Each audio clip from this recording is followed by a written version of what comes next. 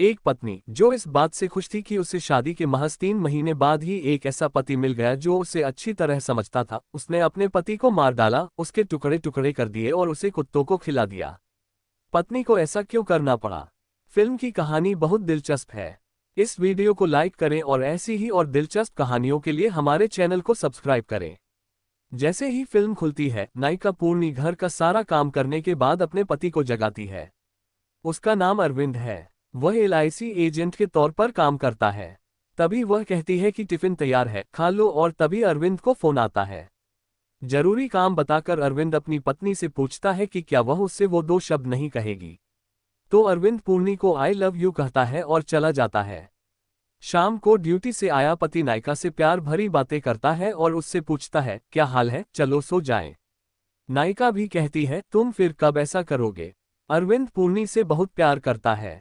वह उससे बहुत प्यार से पेश आता है और कभी कभी वे दोनों मौज मस्ती के लिए साथ साथ बाहर भी जाते हैं। इस तरह उन दोनों के बीच प्यार दिखाते हुए अगले सीन में वह जिस अपार्टमेंट में रह रही हैं, उसके नीचे वाले फ्लैट में एक आंटी के घर जाती है।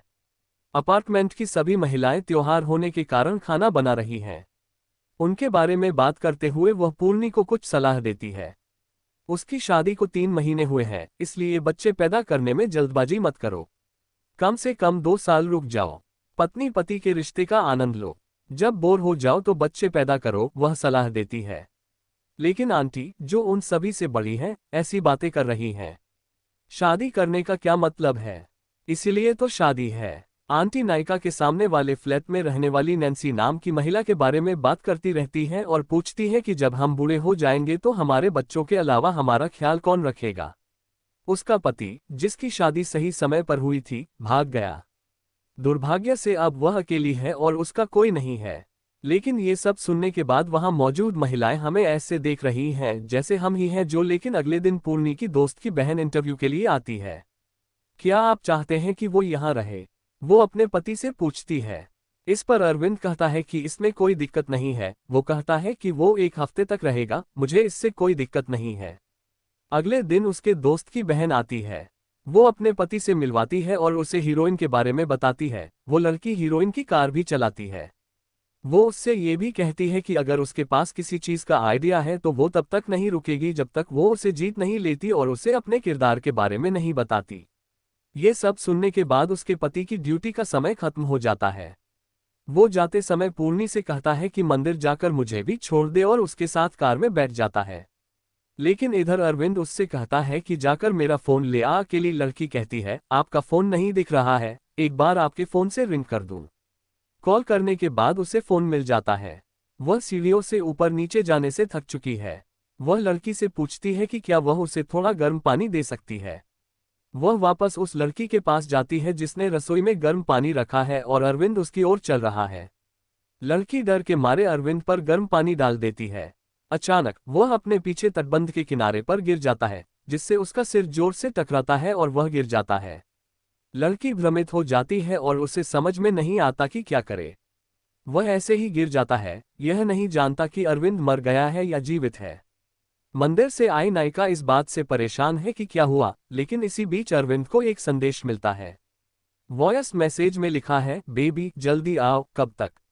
और वह कहती है, लव यू बेबी, जैसे उसने उसे चूमा हो और उसे वॉयस मैसेज भेजा हो। नायिका ये सब सुनती है। ये सब सुनकर और इस बात से क्रोधित होकर कि उसने उसे धोखा दिया है, अरविंद खांसता है और सोचता है कि वह मर गया है। वह अपने पास रखे चाकुओं से पूर्णी को मार देती है, जो पहले से ही गुस्से में है। वह लाश को फ्रिज में रख देती है और पूरे घर को साफ कर देती है जैसे कुछ हुआ ही न हो। अपनी सहेली की बहन को इंटरव्यू के लिए भेजती है और उसे जल्द से जल्द यहाँ से जाने को कहती है। यहाँ तुम्हारे साथ वाकई कुछ नहीं हुआ, हो सके तो वह तुम्हें सलाह देती है कि तुम अपने उस बॉयफ्रेंड के साथ ना उठो जिससे तुम प्यार करती हो। अरविंदु उसे बताता है कि वह ऑफिस के काम से 3 दिन के लिए बाहर जा रहा है और इस घटना के होने से पहले उसे बता देता है। इसी तरह आगे बढ़ते हुए पूर्णी अपने घर के आसपास और अपने घर के नीचे रहने वालों को बताती रहती है कि उसका पति चला गया है, चाहे कोई भी पूछे। अब क्या होगा? कहानी के आगे बढ़ने पर आपको चौंका देने वाला ट्विस्ट यहाँ आता है। याना नाम की एक लड़की नायिका के फ्लैट पर आती है और कहती है कि अरविंद के क्लाइंट ने 3 दिन से मेरा फोन नहीं उठाया है। मुझे अपनी एलआईसी पॉलिसी रिन्यू करानी है। उसका समय हो गया है। वह नायिका से पूछती है कि क्या वह आने पर मुझे बताएगी। यहाँ नायिका को पूरी स्पष्टता मिलती है, क्योंकि जब अरविंद की मौत हुई तो उसने फोन पर संदेश सुने, वह इसी माँ के थे। परोक्ष रूप से नायिका संकेत देती है कि उसे मेरा मग चाहिए, और वही संदेश भेजती है कि वह चाहती है कि मेरे पति एलआईसी ले आए, लेकिन वह वहां नहीं है, और वह ये कहते हुए एक संदेश भेजती है कि उनके आने के बाद वह आपको कुछ बताएंगी। लेकिन याना हार नहीं मानती। वह सीधे उस ऑफिस में जाती है जहां अरविंद काम करता है और अपनी दोस्त से भी पूछती है। अपनी दोस्त याना को देखकर वह डर जाती है और कहती है कि अगर वह वहां है तो आने के बाद तुमसे मिलेगा। अरविंद से शादी करने से पहले ही दोनों का पूर्णी के साथ लिव इन रिलेशनशिप जारी है। शादी से पहले और बाद में भी याना अरविंद से बहुत प्यार करती है। शादी के बाद भी जब उनका रिश्ता जारी रहता है तो याना झगड़ती है और हीरो से यह कहते हुए जाने को कहती है, नहीं, मुझे पूर्णी बिल्कुल पसंद नहीं है। अगर मैं उसके पास जाना चाहूंगी तो कहूंगी तुम्हें सब पता है, तुम ऐसा क्यों कह रहे हो। अरविंद याना को ये कहकर मना लेता है, जितनी जल्दी हो सके उसे तलाक दे दो और चलो शादी कर लेते हैं। इसके बाद याना पुलिस स्टेशन जाती है और शिकायत दर्ज कराती है। हालांकि जब पुलिस उससे शिकायत दर्ज कराने को कहती है तो वह मना कर देती है। चूंकि उसने कहा था कि उसने 5 लाख नकद दिए हैं, तो पुलिस ऐसा कैसे कर सकती है। मैडम, आपके पास कोई सबूत नहीं है। पुलिस वाला पूर्णा के घर जाता है और कहता है, मैं बिना कोई शिकायत लिए जांच कर लूंगा। लेकिन चूंकि पूर्णी का गांव पुलिस के गांव जैसा ही है, इसलिए उसका पति 3 दिनों से दफ्तर में काम कर रहा है और वह दफ्तर जा रहा है। जब वह बाहर जाता है तो उसे मेरी बिल्कुल भी परवाह नहीं होती है सर। काम के नशे में होने की बात कहकर वह पुलिस को शराब पिला देता है। फिर पुलिस वाला पूछता है कि क्या वह इसमें बर्फ के टुकड़े बना सकता है, लेकिन जब वह कहता है कि फ्रिज में पति की लाश है तो पूर्णी की आंखें चकरा जाती हैं और वह वहीं बैठकर पुलिस से कहती है, मेरा ब्लड प्रेशर लो है सर, कुछ मत सोचिए सर। वह कहता है, हम फिर आएंगे, और पुलिस वाला चला जाता है। जब नायिका की आंखें चकरा जाती हैं तो वह अस्पताल जाती है और पता चलता है कि वह गर्भवती है। तभी पूर्णी घर आती है तो पुलिस वाला फिर से पूछताछ करने आता है। क्योंकि यह याना पुलिस के साथ काम नहीं कर रही है, वह सीधे कमिश्नर के पास जाती है और शिकायत दर्ज कराती है। अब मामला गंभीर हो गया है और पुलिस ने आकर नायिका को बुलाया है।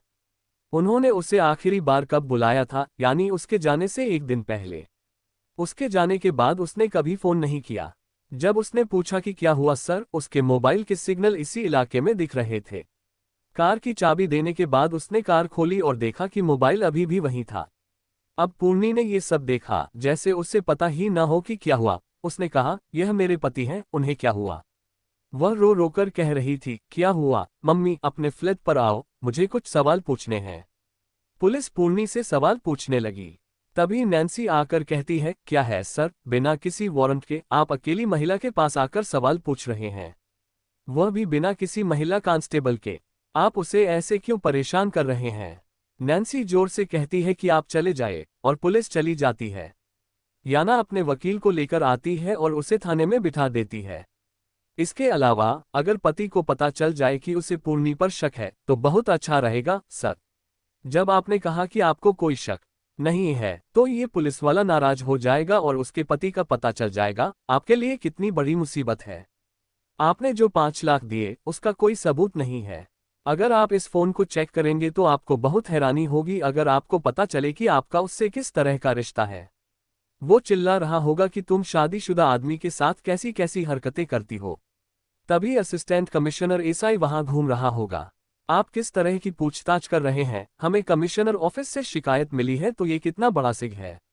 उसके सामने एसआई उसे अपनी मर्जी से डांट रहा होगा और कह रहा होगा कि पूर्णी आपकी पूछताछ नहीं कर पाएगी।